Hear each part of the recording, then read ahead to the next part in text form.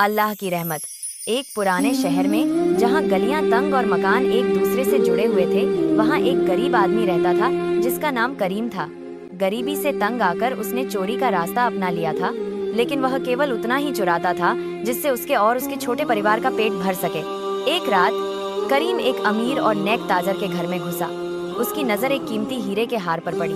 जैसे ही उसने हार उठाया, उसे एक आवाज सुनाई दी, ए करीम, तू हलाल रोजी क्यों नहीं कमाता? करीम घबरा गया। उसने सोचा कि यह उसका वहम है, लेकिन दोबारा हार उठाते ही वही आवाज फिर आई, ए करीम, यह रोजी तेरी मेहनत की नहीं है। करीम हैरान रह गया और उसके दिल में डर पैदा हो गया। उसने सोचा कि यह अल्लाह की तरफ से कोई निशानी है। उसने फौरन हार वापस रख दिया और बिना कुछ लिए वहां से चला गया। अगली सुबह करीम ने तौबा की और तय किया कि वह कभी चोरी नहीं करेगा। उसने मेहनत मजदूरी की तलाश शुरू कर दी और जल्द ही एक नेक ताजर के यहाँ नौकरी मिल गई। अपनी ईमानदारी और मेहनत से कुछ ही सालों में करीम एक सफल ताजर बन गया।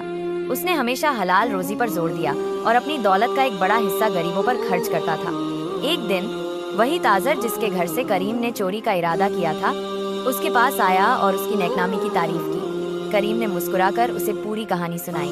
ताजर यह सुनकर हैरान रह गया और अल्लाह का शुक्र अदा किया। यह कहानी हमें सिखाती है कि अल्लाह की रहमत हमेशा हमारे साथ होती है। अगर हम सच्ची तौबा करें और नेकी के रास्ते पर चलें, तो अल्लाह हमें माफ़ कर देता है और हमारी ज़िंदगी को बेहतर बनाता है। हराम माल में कभी बरकत नहीं होती, जबकि हलाल रोज़ी में बरकत और सुकून होता है।